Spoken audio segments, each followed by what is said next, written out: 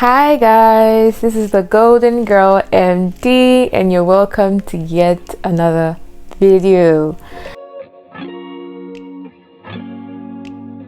So as you can already see from the title of this video, God has been so good and I have an NHS medical job now.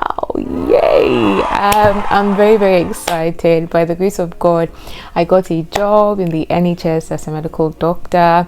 This has been the goal from the very beginning. I know some of you have seen one of my recent videos or my previous video about me working as an HCA, and I did say that even though I was working as an HCA, that was not the goal, because I am a trained medical doctor. I am registered to practice in Ghana, and I also recently got registered to practice in the UK with a full license. And so I was in the process of doing all the necessary due process, which involves GMC registration, and then you have to apply for jobs, you have to attend interviews. That's if you get selected after you have put in your application. Then after your interviews, you wait for the response, and hopefully you get the job. And so it's a whole process. It's not a very straightforward process, because sometimes you may have to apply to a number of places. And let me tell you, those application forms, they are something else. You have to write a personal statement, you have to write your work history.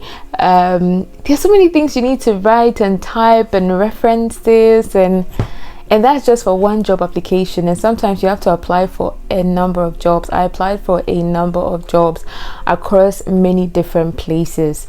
Of course, my main goal was to work close to home, as close to where I live as possible, because my husband is also a medical doctor, and I didn't want to be far away. We have a little one, and so it didn't make sense for me to go and work somewhere that was 2-3 hours away. And so my main focus was on applying for places that were nearby, and that also meant that I was quite limited in the number of applications I could make, because I couldn't apply to a place in, say, Northern Ireland. I mean, that's different. If you're someone who's coming from your home country, you're coming as a single person, or you're coming as the main applicant, and you don't really mind where you're going to work, you just want a job, then you can spread your applications across many different places, and most of the time one of them will stick. But for me, I didn't have that luxury because of family. And so that's why I believe that me getting a job this soon is a miracle. I strongly believe that it's only by the grace of God that I got the job that I have currently. And so I'll be telling you more about this. If you want to hear more, stick and stay. And of course, while you're at it, don't forget to like, comment and share. And if you haven't already by now, please click the subscribe button. Let's get into the video.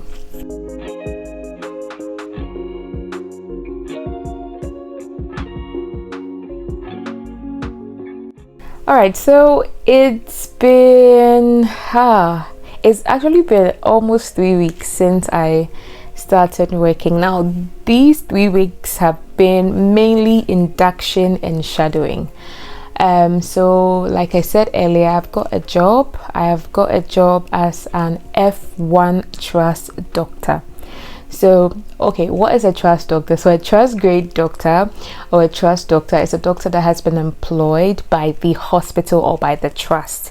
So unlike other doctors who are in training programs, so for example, my husband is in a training program, people who are in F1 or F2 deanery posts are in training programs, which means that they have to go through F1, which is a whole year, and they have to go through F2, which is a whole year, before they can continue.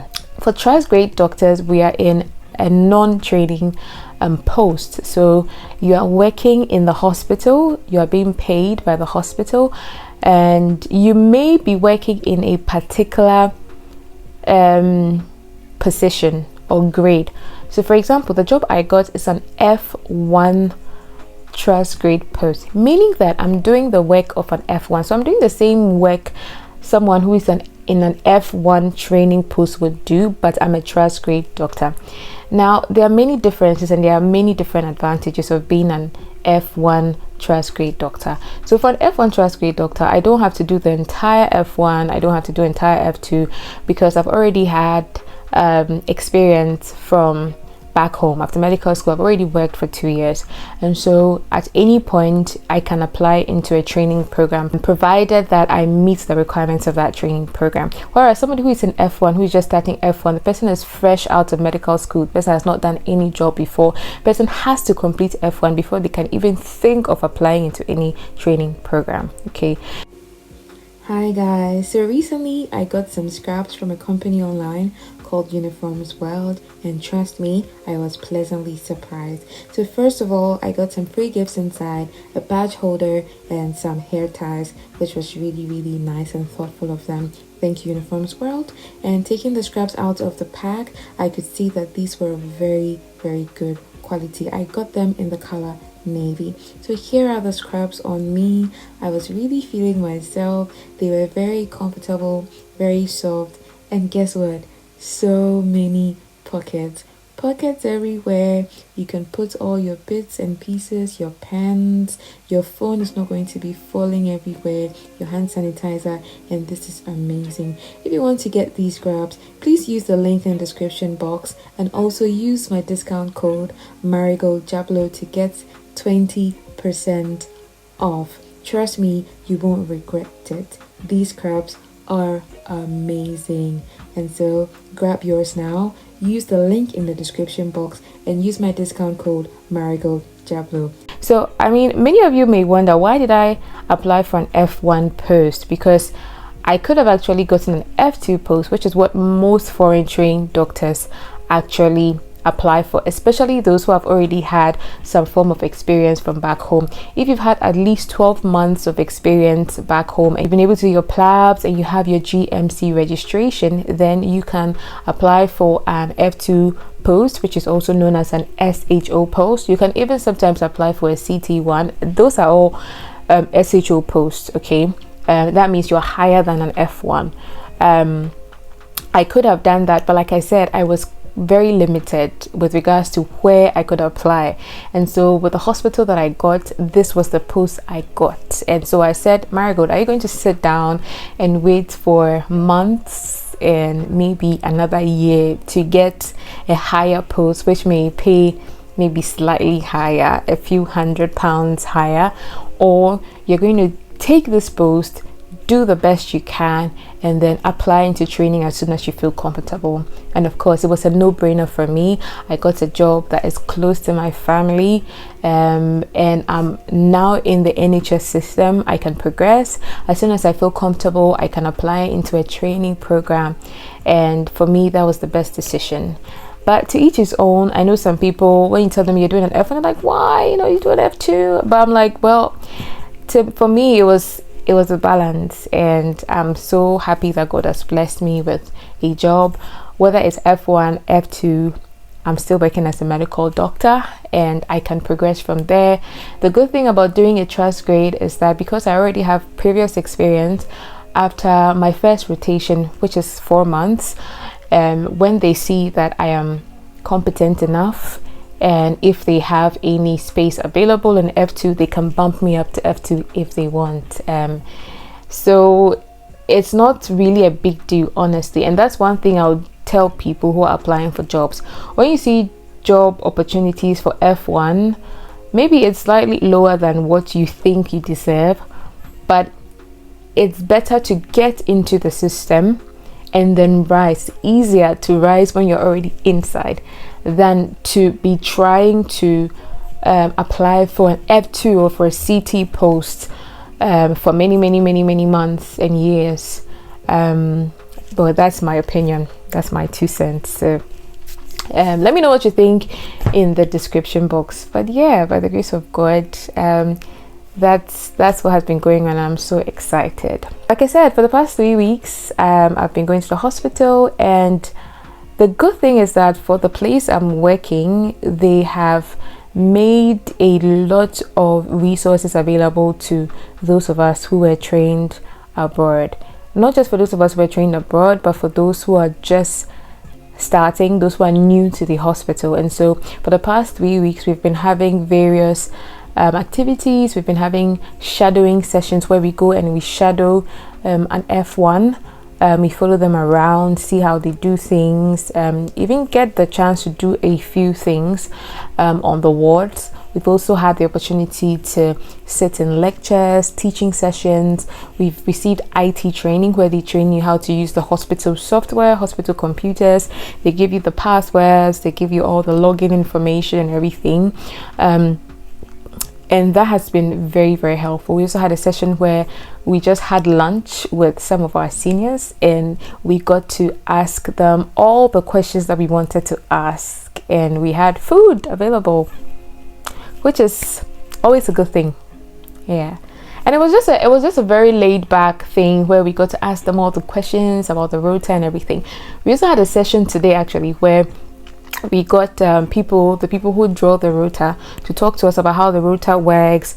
You know how you can apply for your annual leave and how you can take your annual leave and things like that. And that was really helpful. We have personal development days that we are supposed to take as part of our rota, and they tell us how to go about that. And honestly, for the past 3 weeks, I felt really, really comfortable. I felt very supported because, again, I've had more than a year gap, which is another reason why I wanted to take this F1 job as well.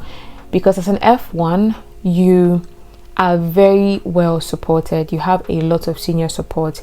And so I wanted to be well supported, apart from the fact that I've had a long gap because of childcare, also for the fact that this is my very first NHS job, and I'm not trying to make any mistakes in a new country.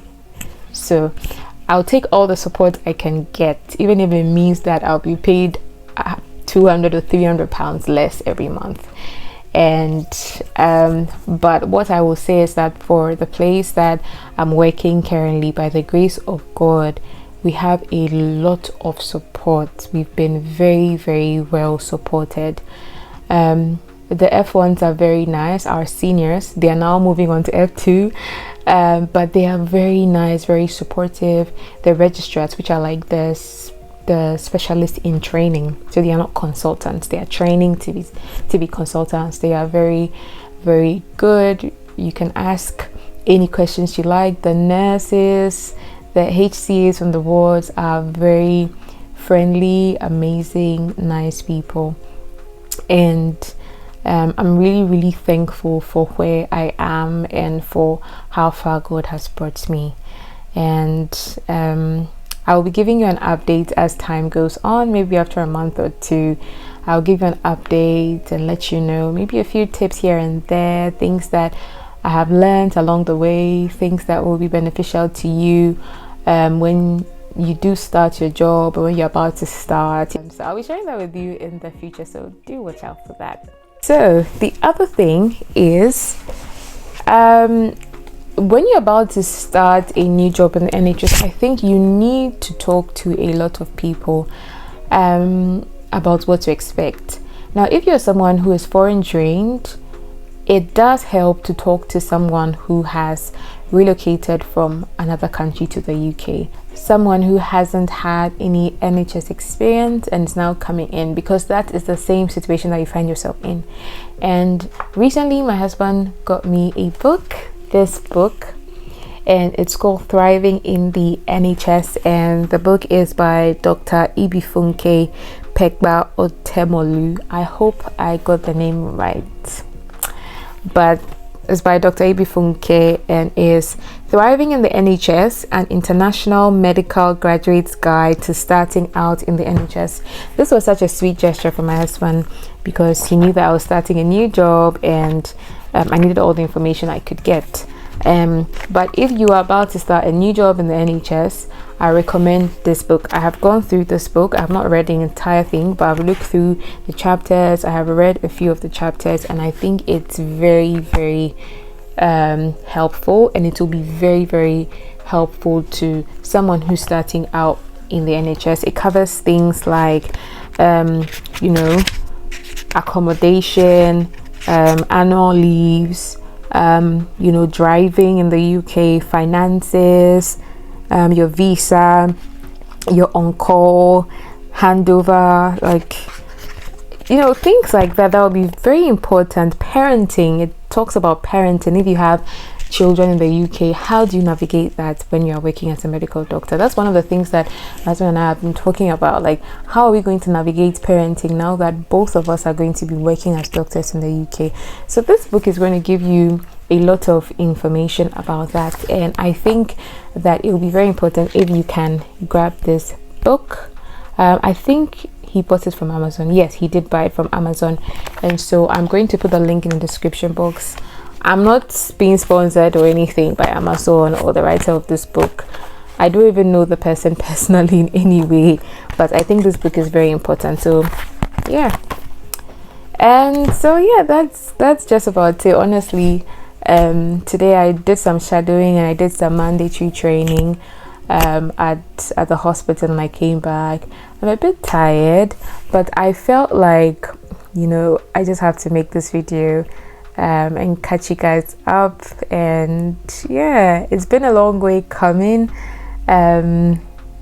Periods of writing exams, paying a lot of money, staying home for more than a year, writing my plabs and all that, applying for jobs, getting responses saying unfortunately. Oh my god, so many unfortunately's. But by the grace of God, I want to encourage someone. Maybe you have been applying for jobs, you've been applying for jobs upon jobs, and every day I know people who make an application every single day, just praying and hoping that one of them sticks. I want to encourage you today that don't get tired, don't lose hope. The most important thing, apart from you being diligent and apart from you putting in those applications, is just believe and have faith. Believe in God. God does do miracles. You only need one person to say yes to you. You only need one job. So you need one job. You literally need one job. And I believe that the same way God has done it for me, He's going to do it for you. So yeah, that's the end of this video. Thank you so much for watching this video to the end. If you did, if you haven't subscribed, please do subscribe. Click that red subscribe button. Maybe you think you've subscribed, but check again. Maybe you haven't subscribed, so please do subscribe. I'm trying to hit 1k. I think at this point we're about 800 and something. By the grace of God, we have to hit 1k by the end of August, and when I hit 1k, I'm going to do giveaway. By the grace of God, we're going to do giveaway. So watch out. So if you haven't subscribed, please subscribe, share with your friends so they can subscribe, so that when I do the giveaway, you can win something, something nice. Anyway, thank you so much for supporting me. Watch out for my upcoming videos. I hope you have a wonderful rest of the week, and this has been the Golden Girl MD, and what God cannot do does not exist. Yeah, I'll leave you with that. What God cannot do does not exist. Bye.